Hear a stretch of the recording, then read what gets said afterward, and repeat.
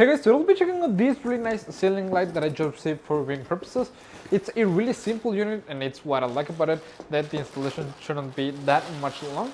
You have the main unit. As you can see, this is black color. You just have to wear it, and you can get to select the light temperature, which I think it's gonna be a really nice feature. Then we'll look into it a bit furthermore.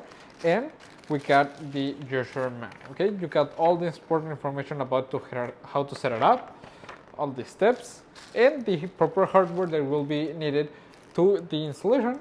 And lastly, we get the light screen. Okay, so I've said it seems pretty simple to install. It shouldn't take that much long, so let's go ahead and see how it looks all assembled up. Come on. To install this